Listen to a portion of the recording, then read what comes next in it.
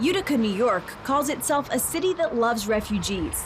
There's a humanitarian aspect to that, of course, but there's also the economics. Upstate cities in New York, in the 50s, they were robust, a lot of things going on, and then as you progressed, whether it be the knitting mills, whether it be the iron mills, whatever, migrated into either going south or, as we know now, it's global and they're actually out of the country.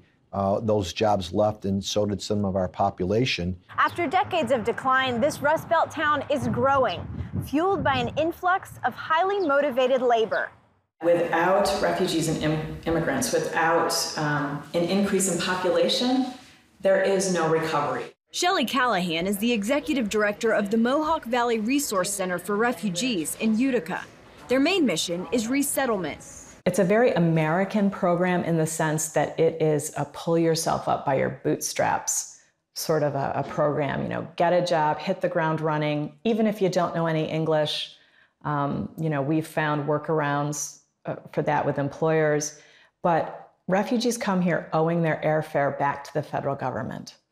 And that bill comes due 6 months post-arrival. Ali al-Hashimi came to the U.S. as an Iraqi refugee and eventually settled in Utica. In my country, I own my business, but because of the war and everything, the business is closed, and still the building there, it's like the dust's in it and not open. Al-Hashimi took some classes and got a job quickly, but after only a few weeks, he realized he'd rather use his skills as an entrepreneur to open a new restaurant in Utica. I tried to find catchy name, so I called it hummus and tabbouleh. Like a lot of people, they know what's hummus, they know what's tabbouleh, but they don't know where it's come from.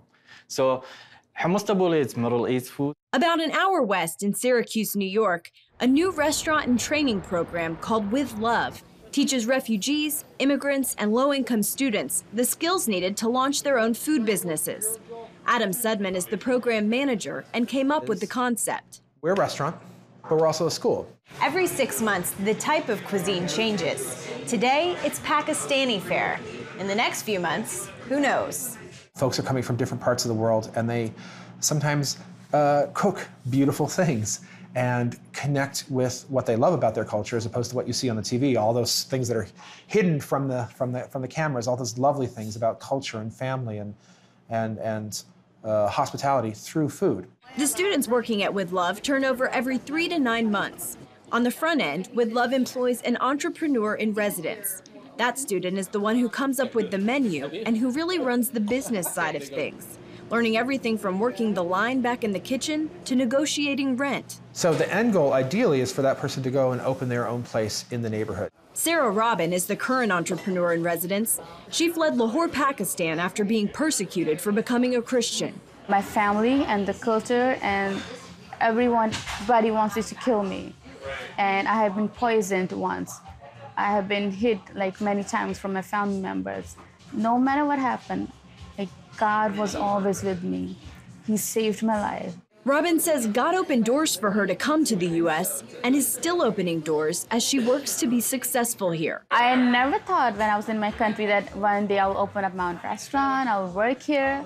But as I came here as a refugee, I thought that I need to learn a really great skills for my life. And I love to cook, so I'm so blessed that I am in this program.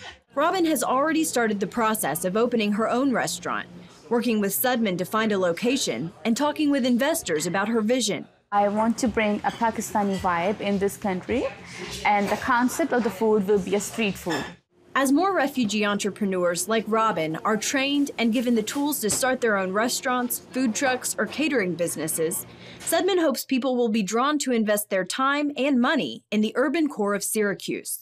Rather than all those professionals living out there and not coming into the core, you start to bring some of those funds and some of that life and energy into the city.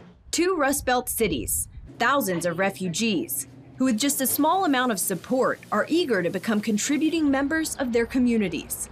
Caitlin Burke, CBN News, Utica, New York.